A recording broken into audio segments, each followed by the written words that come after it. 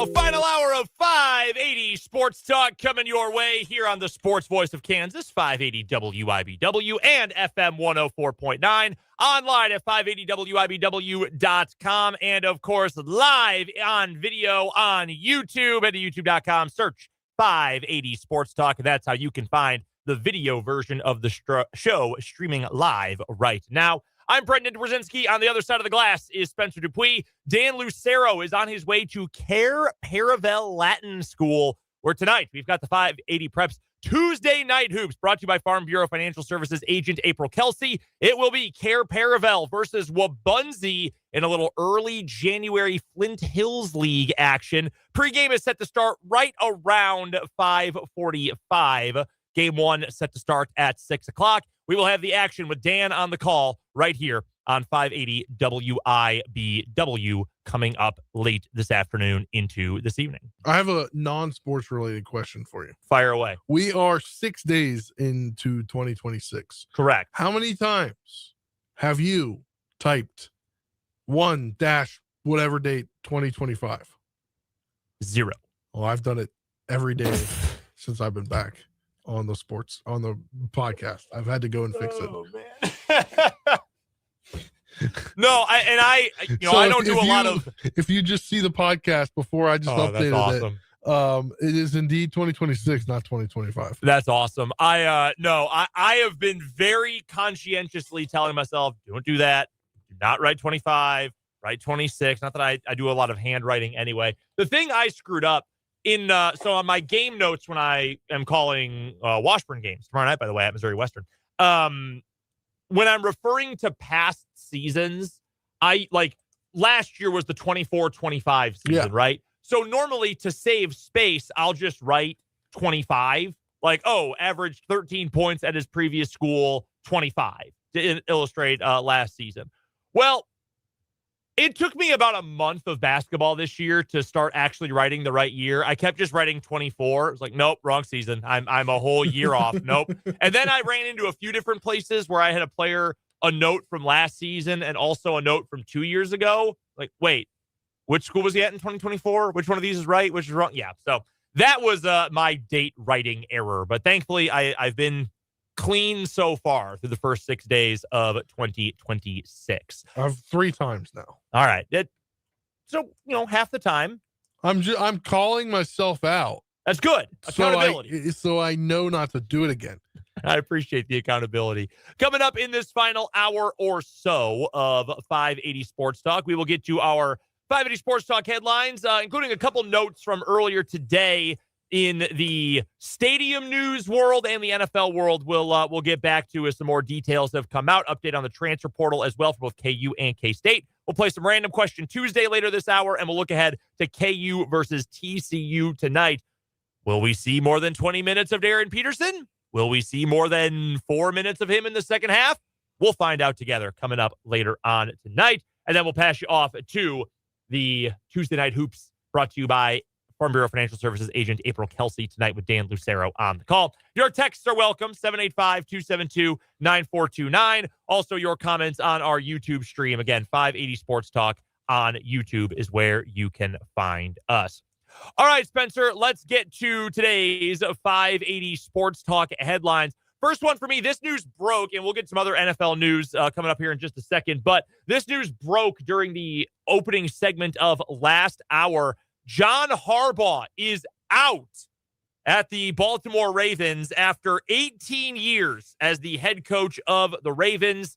They missed the playoffs, losing on the final day of the season, and he has now been fired by Baltimore. He released a statement through the Ravens just a few moments ago. In typical Harbaugh family fashion, he included an emoji in it. The statement from John Harbaugh reads as such: well, I was hoping for a different kind of message on my last day here someday, but that day has come today.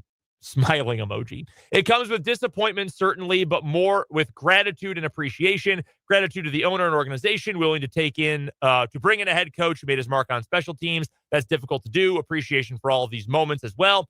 Values built into an organization and a team that are worthwhile, good, and lasting. Relationships with players, loyal partnerships in this building. To my treasured family, including wife Ingrid and daughter Allison, as well as his faith in God as well. Those are the final words from John Harbaugh. So, a couple of different things here. I don't know what his contract situation is. I don't know if it was expiring anyway. I don't know if they are going to have to pay him some money first, if there's offset language or what. I know in some cases, when coaches get fired, they will intentionally take some time off, so then that team has to pay him his full amount. I could use an example. When Mike McCarthy was let go by Green Bay, and he took a year off because the way his contract was written, he was going to get paid in full by Green Bay unless he took another job, in which case there was offset language. So if the Cowboys paid him $1 million and the Packers owed him $10 million, well, he would still only get $10 million, 9 from the Packers and then the 1 from the Cowboys. I don't know if Harbaugh's got that or not.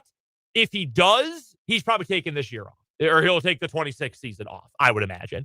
If he doesn't, and he's clean with the contract, I think he will get whatever job he wants. I think Tennessee would make some sense, kind of a stabilizing force, get a good offensive coordinator in for Cam Ward. I think that would make some sense. I think the Raiders are interesting. We had a YouTube commenter earlier, and I'm sorry I don't remember exactly who it was who made the comment, but someone said if they were Harbaugh, they wouldn't touch the Raiders with a 100-foot pole, and I wouldn't blame him necessarily. Yeah, so I have contract details. So he signed an extension March of 2025, less than a year ago. Okay. He signed a 3-year extension that keep him through the 2028 season.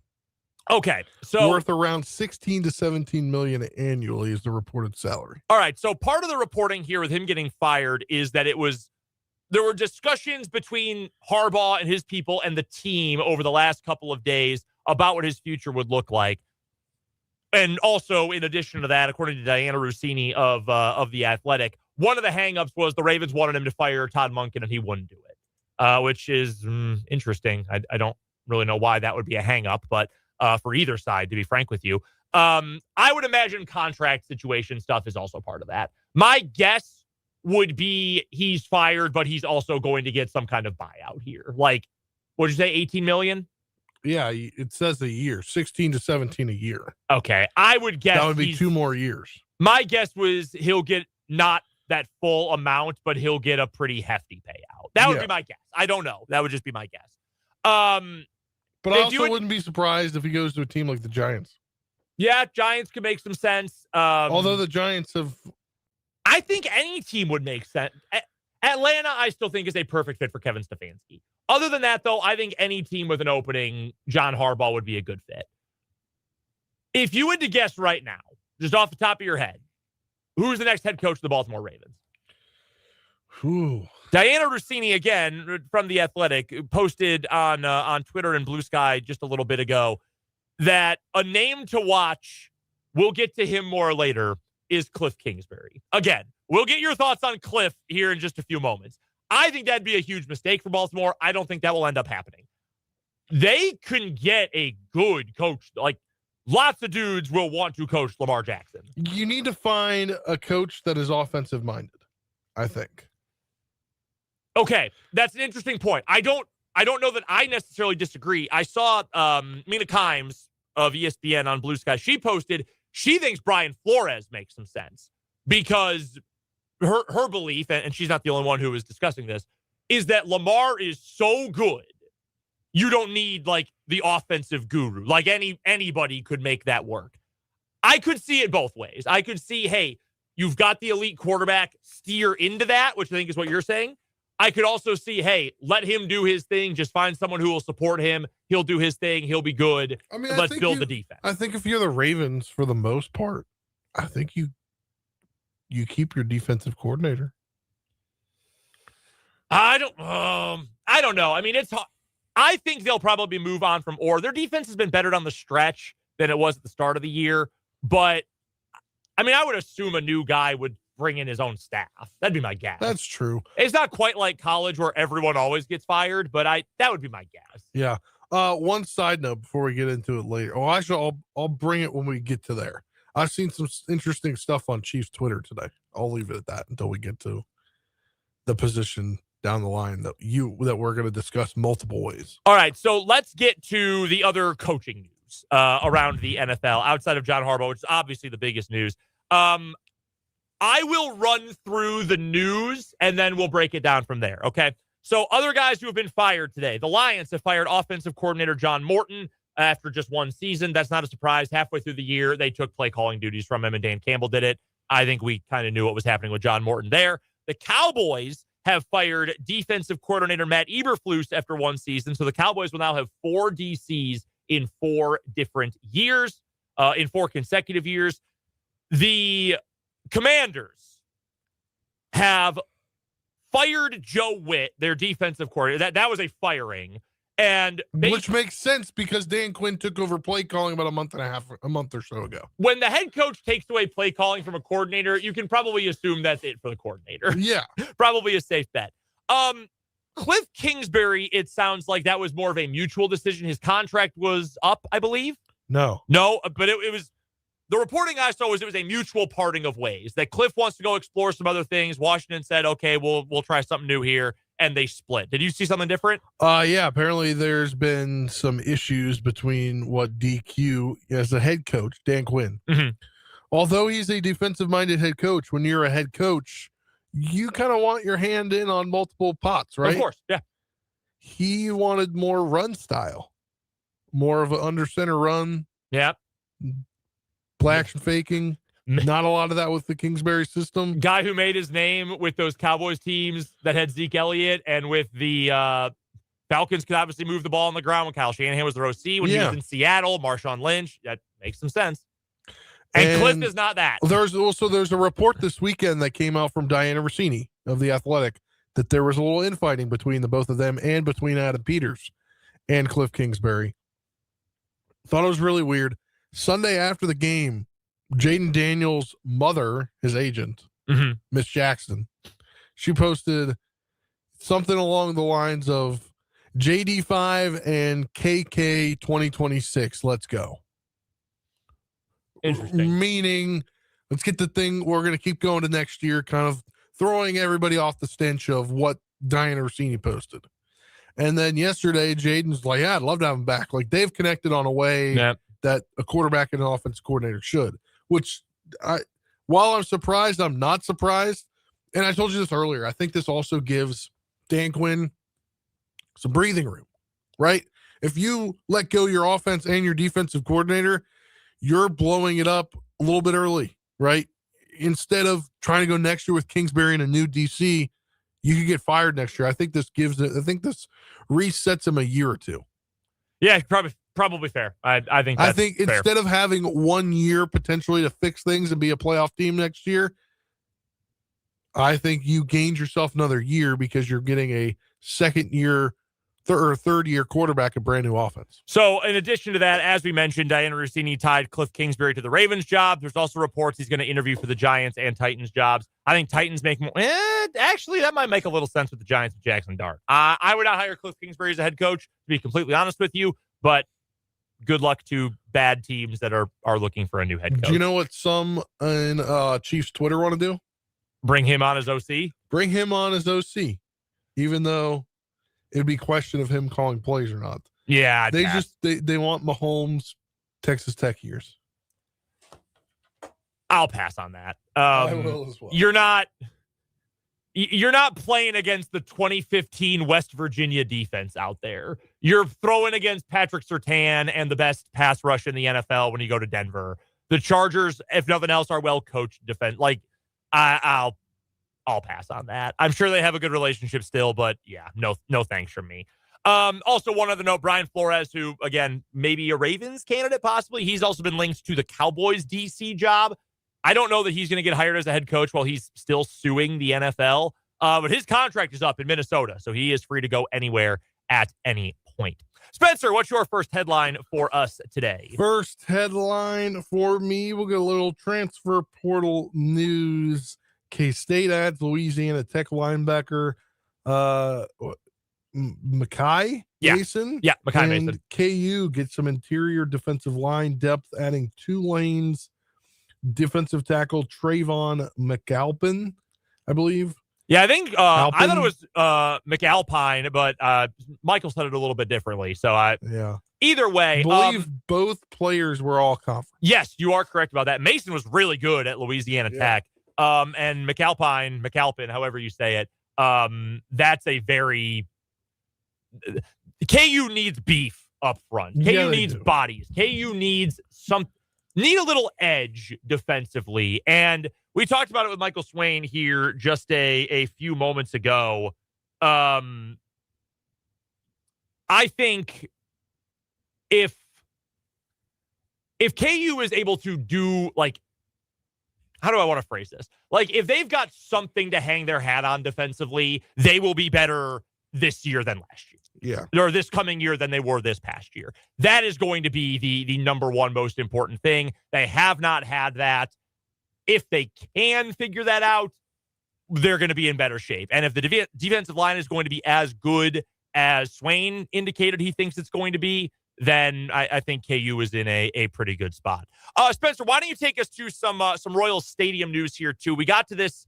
Dan got to this during the 3:00 hour, but share a little Royals Stadium news update with us. Yeah, so everybody knows that the Star Bonds, over the summer they extended the Star Bonds deadline for both teams to 12/31/25.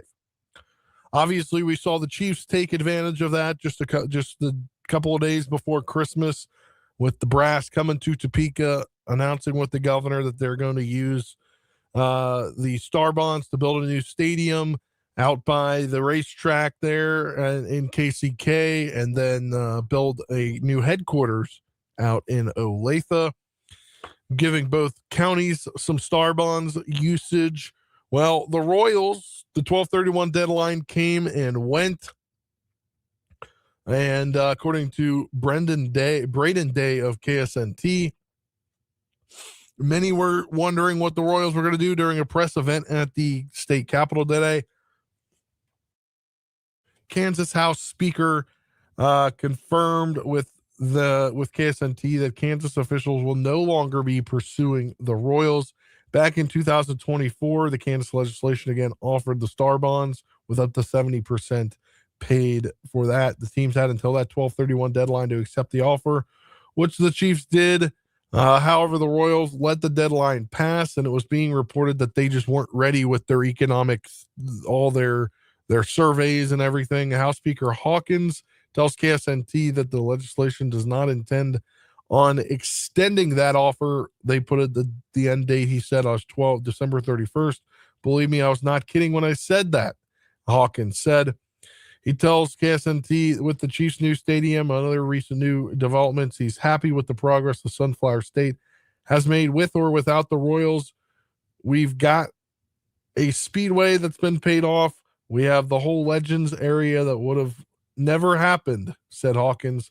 Look at all the money that has come out of that now. The Star Bond program that Kansas used to offer these stadium deals is set to expire this year. However, lawmakers have expressed interest in extending that progress. So all signs point to not having both professional teams leave the state of Missouri, just the one, and being the Chiefs.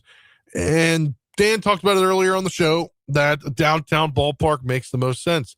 And I think it does too. You look at a downtown ballpark, you don't want, I don't know, you don't want to, I've drove past the site where they were projecting the old AT&T T-Mobile, whatever it is, the Speria campus, in which the Royals, companies of the Royals bought land or bought the complex at 119th and Knoll, I believe, in obviously the eastern part of the state, getting close, the Olathe, Lenexa area, I believe it is. And a lot has been said about that. A lot of people didn't like that. The community wasn't liking it, along with other companies in the area. So I think for the Royals, they just need to stay put in Missouri. I think a downtown ballpark or even a North Kansas City ballpark makes the most sense, especially with what they're doing there in the Riverside. So, obviously Royals in Kansas basically off the books, unless they're going to do it themselves, which I don't think they're going to do it themselves, because why would a team who had money from the state, free money, try to do something themselves after they let it expire. I think we're either getting a North Kansas City Northland ballpark near the riverfront, near where they just they're building and about to complete the Morton Amphitheater. That's going to be a big concert entertainment venue up in the Northland, or downtown ballpark would be great. Either of those two seem like the logistical matters.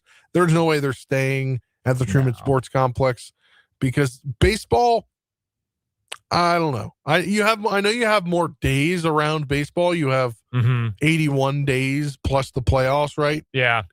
But I don't think building like a town center at Truman Sports Complex makes any sense. No, it's a pain in the butt. Because they had 20 years to build up around it and they never did. I know. It's a pain to get to. They haven't developed anything there.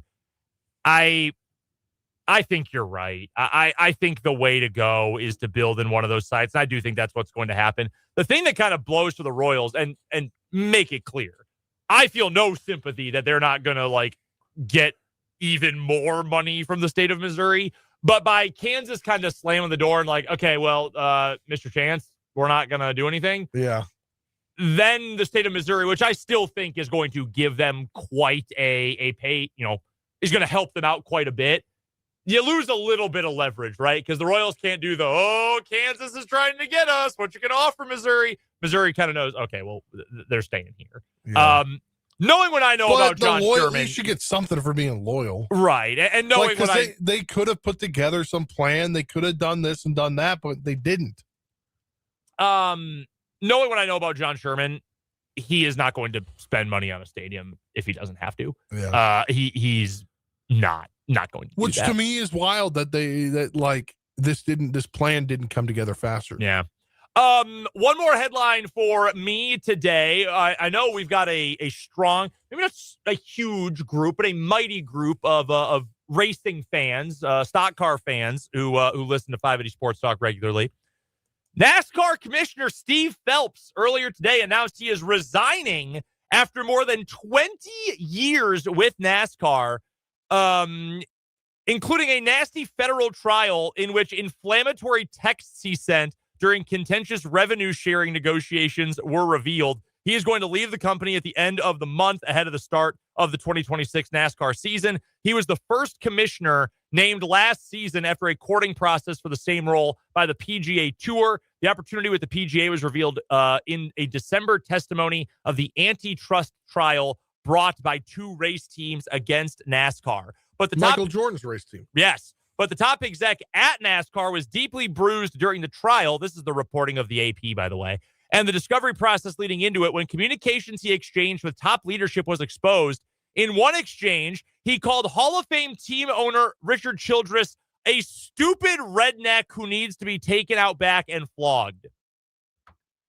Dog, don't say that about one of the most powerful and influential people in the sport. What are you doing? That led Bass Pro Shops founder Johnny Morris, who is an ardent supporter of both NASCAR and RCR, to write a letter demanding that Phelps be removed. NASCAR also settled the lawsuit with 23XI Racing, owned by Michael Jordan and Denny Hamlin, and Front Row Motorsports, owned by Bob Jenkins, the day after the letter from Johnny Morris. Steve Phelps seems like kind of an idiot. Like, is that sort of what I'm taking away from this? I'm very, very casually a NASCAR follower. Once upon a time, I was a much bigger fan. I still enjoy a big race. I enjoy Daytona. I enjoy Talladega, but I watch from a distance, right? I think this might be good for the sport, though. Our guy Vance, who I know is a big racing fan, agrees. Says, I never trusted Phelps. Glad he's out. But it seemed like this is just a far perspective, and I don't mean anything by it to big-time NASCAR fans. It seems like NASCAR can be a boys club. Sure. Oh, and they've taken a lot of steps over the last 5, 6, 7 years, I think, to try to get out of that.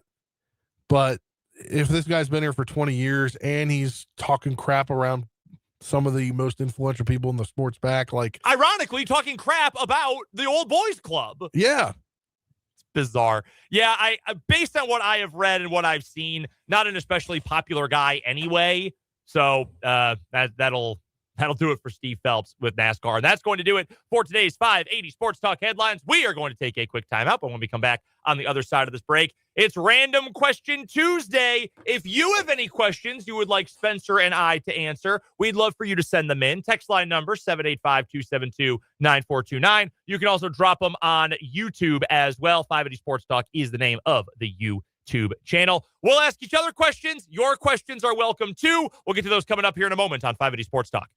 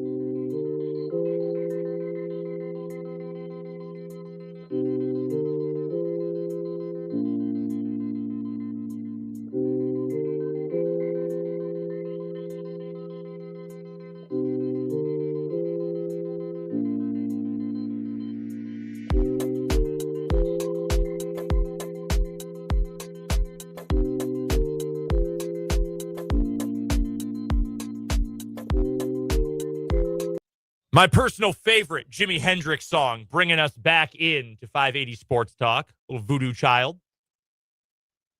Yeah, I played that. I played that just for you. Thank you, Spencer. Yeah. Thank you. It was Hulk Hogan's entrance music for a bit. Not the randomization of our bumps. No, it certainly couldn't have just been next in the playlist. Random Question Tuesday. First, before we get to Random Question Tuesday, this for you, Spencer. 119th and Knoll is in Leawood, not Lenexa. Sorry, they're all close. Get your Johnson County geography. Although, yes, that does make 100% sense because the one time I was over there, went to Trader Joe's. Yes, and there is a Trader Joe's in Leawood.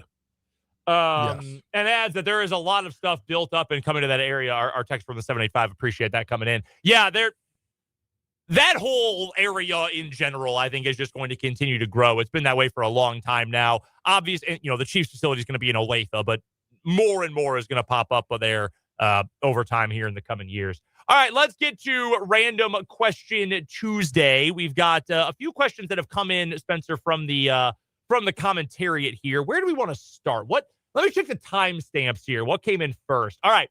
Our texter from the 785-272-9429 is the text line number. Random question. This one's for me.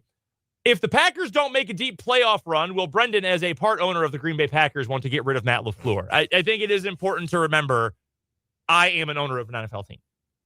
Just keep that in mind. No, I want Packers to keep Matt LaFleur. Had the Packers ended up this year going like 9-7 with no additional context needed, or I guess it'd be 9-8 or 9-6, whatever it would take to get to 17 games and 9 or 10 wins, I probably would feel a little bit uneasier with his final year coming up. A lot of injuries this year. I mean, you lost Micah Parsons down the stretch. That hurts. You lost your best pass catcher, Tucker Kraft, midway through the season.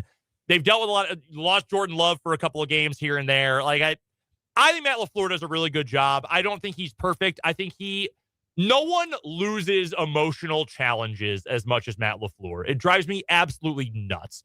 But overall, I think he's a very good coach. I think he's a good leader. I think guys rally around him. I would like him to stay. There was a piece at SB Nation today, really well done from one of their Packers writers, about how the Packers historically are very cheap when it comes to paying coaches. And that's a bigger reason why he might not get a new contract as opposed to performance, which is aggravating, to say the least. I will have some words for that at the next shareholders meeting. But I do get my tickets every year. I never go, but I do get my tickets every year. But no, I do hope Matt LaFleur stays, and I do hope he gets a new contract. All right, let's get to some other ones here. That was from the text line. Appreciate our 785 texter. A couple random questions in from the YouTube comments. This one from our guy, Mark B. Spencer, I'll have you go first. This one's for both of us. What's your favorite sport to call, to do the play-by-play or color commentary for? And what is your favorite one to watch? I'd say football is my favorite play-by-play, and hockey's my favorite to watch. It's a good answer. Now that I've gotten Olivia into hockey, it's like, can we watch hockey? I would. All right. I'm not hockey's on like 3 nights a week now. Sure. I appreciate, the speed and the excitement and the up and down, certainly playoff, intensity. As a non-hockey guy, though, I'm curious your opinion on this. I think the biggest difference in like energy and excitement, the biggest difference from watching in person versus watching at home is with hockey. Not that it's not fun at home, but in person, it is it's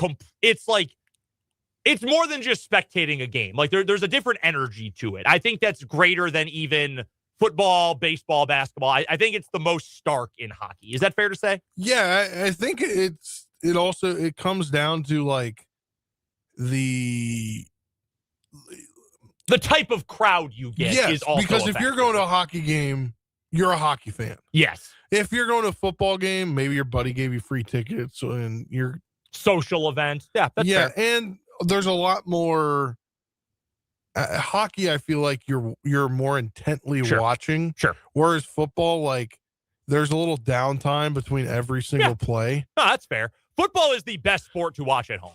And I love going to games, but they have made it such a good TV product that it's hard not to want to watch at home. It's a little bizarre. Went to luckily it didn't go because it would not have been a great game. The Commanders-Cowboys game on Christmas. But we weren't able to get tickets because my sister's company has suite tickets. Sure. And my mom was like, do you want to go? Like I can get, like seats somewhere. And I was like, no. If I like suite on, a cold day, but I'm not going to sit outside. Sure. Unless it's a playoff game. Mark B adds on YouTube, going to the Scarecrows games. A lot of fun in person. I got to get out there. I got to get out there soon.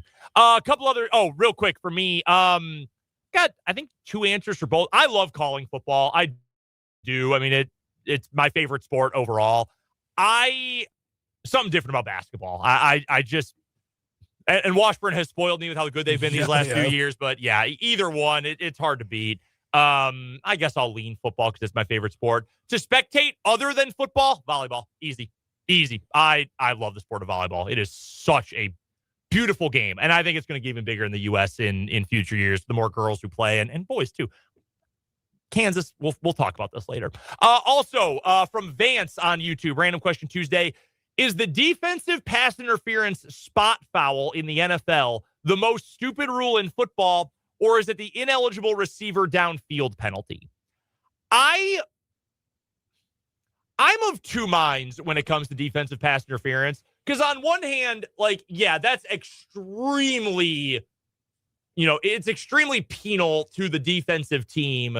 If there's just a little hand fighting, a ticky-tack call, you lose 45 yards because of it. On the flip side, you've got the college rule. I almost think you should add like a 25-yard variant. Not a true spot foul, but like, okay, you're playing a college game, QB drops back, has all day, bombs it 45 yards down the field, and the DB gets cooked. Are you going to let him catch it? Or I'm just going to throw myself at him and save 30 yards by committing a penalty. And I don't know that this is a very popular opinion, I would almost look at adding a 25-yard variant of it rather than like, and try to split the difference as much as I could. Yeah, that would be my dumb rule solution to that. Funniest thing ever. So obviously I'm one of the sole people in this area that would be watching the Commanders game. The Eagles were playing their like literal like practice squad at backups and third string cornerbacks. Mm-hmm. The only way they could stop Terry McLaurin from catching the ball was to like just push him to the ground and interfere with him every single time they threw the ball to him. Yeah. He had like 4 or 5 pass interference calls against the defenders. Best way to do it sometimes. By the way, Vance, to answer your question, the dumbest rule in football is the way they enforce intentional grounding. Like quarterback in the pocket getting thrown down has absolutely no prayer of completing a pass. Oh, but there's my running back with his back turned to blocking. I'm going to throw it at his feet. Like, for the spirit of the rule, that should absolutely be grounding. But it's not, even though a running back who is never part of the play is just happening to stand there. That, to me, is the dumbest rule in football. One other one, 2 quick ones here. Number 1, this is from Mark H. Did I bet with my dad for Bears-Packers this weekend, or will it be just best team wins? My dad's not a betting man. He does not enjoy wagering quite the same way I do. He'll talk trash, though. He'll trash talk me on the phone. There's no doubt about that. Also, last one here from a texter from the 785.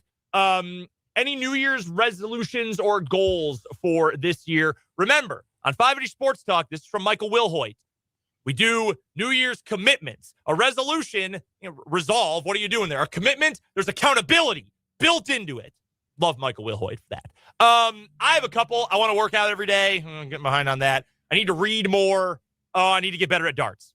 I'm working on that last one. I have been playing a lot of darts in the basement recently. Any New Year's commitments for you real quick? Spend more time off of TikTok. That's a good one. Just less phone time. That's a very good one. But then less phone time like today. I didn't know that Brendan got into beef on Twitter or X, formerly Twitter, with Dan Orlovsky. I was right, by the way. I want to stick with that. We've got to get to a quick break. Don't forget pregame 4, Tuesday Night Hoops, brought to you by FBFS. April Kelsey coming up here in just a little bit. Care Paravel versus Wabunzi. We'll take a quick break. Preview KUTCU coming up on 580 Sports Talk.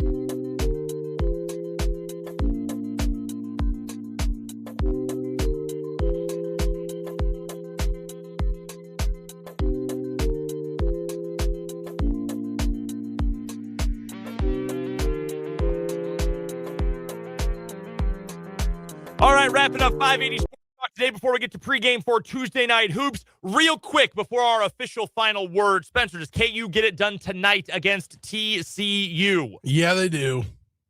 I Rockus think so, Allen Fieldhouse crowd. People wanted to see one half of Darren Peterson. No, I'm kidding. People were going to be there to see DP, though. Yep. 7.5-point favorite. Can KU cover that? Yeah. If DP plays 25 minutes, I think KU covers that. But, yeah, I think KU gets it done one way or the other, and that's even if you don't get a full version of Darren Peterson tonight. All right, Spencer, final word time. What's your final thought for the day? Final word for me is there's a lot of moving parts to this Chiefs team, and I think obviously a fresh mind on offense would be great. But I also think maybe Andy Reid might need to step aside as a play caller. Just bring in something fresh. And I think he has been in this game for so long that maybe fresh is what they need to continue the dynasty with him truly at the helm and just being like a CEO coach.